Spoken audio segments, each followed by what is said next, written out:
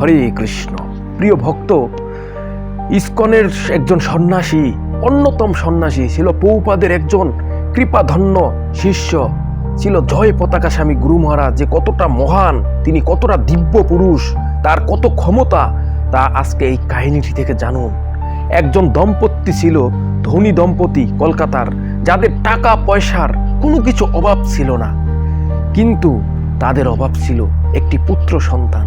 তাদের কোনো সন্তান ছিল না, কিন্তু তারা সবসময় মনে মনে ভগবানের কাছে প্রার্থনা করতেন যে তাদের যেন একটি সন্তান হয় এবং তাদের জন্য একটি পুত্র সন্তান হয়।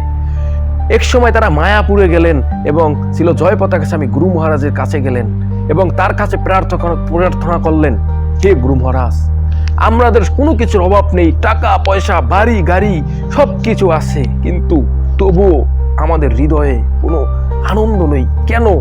আমাদের কোনো সন্তান নেই, আমাদের একজন সন্তান দরকার। আপনি তো ভগবানের শুদ্ধ ভক্ত, আপনি কৃপা করুন, আমাদের একটা সন্তান দান করুন। তাদের আকুল প্রার্থনায় তখন জয় পতাকা স্বামী গুরু মহারাজ বললেন, আচ্ছা দাঁড়াও। তখন জয় পতাকা স্বামী গুরু মহারাজ ধ্যানস্থ হলেন এবং তিনি ধ্যানে দেখতে পেলেন যে ওই মাতাজি সন্তান সম্ভবা। তখন তিনি ধ্যান থেকে এসে তখন তাকে বললেন, আপনি তো সন্তান সম্ভবা, আমি দেখতে পাচ্ছি আপনার গর্ভে একজন পুত্র সন্তান আছেন। তখন মাতাজি অবাক হয়ে গেলেন, কি ব্যাপার? আমি তো কিছুদিন আগেই, গুরু মহারাজ আপনি কি বলছেন? আমি তো কিছুদিন আগেই ডাক্তারের কাছ থেকে আসলাম, আমি তো কত টেস্ট করালাম, কই না, ডাক্তার তো বললো না তো, আমার গর্ভে তো কোনো সন্তান নেই। আর আমি যদি সন্তান সম্ভব হতাম তাহলে তো আমি জানতে পারতাম। আপনি মনে হয় ভুল বলছেন গুরু মহারাজ। তখন গুরু মহারাজ বললেন, আপনি আবার যান, আপনি ডাক্তারের কাছে যান, আজকেই যান, গিয়ে আপনি আবার নতুন করে চেক আপ করান। তখন তারা গুরু মহারাজের কথা শুনে আবার হাসপাতালে আসলেন।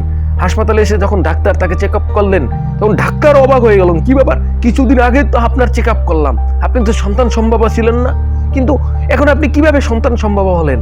তখন ওই নবদম্পতি বুঝতে পারলো যে জয় পতাকা স্বামী গুরু মহারাজের কতটা শক্তি, কতটা ক্ষমতা।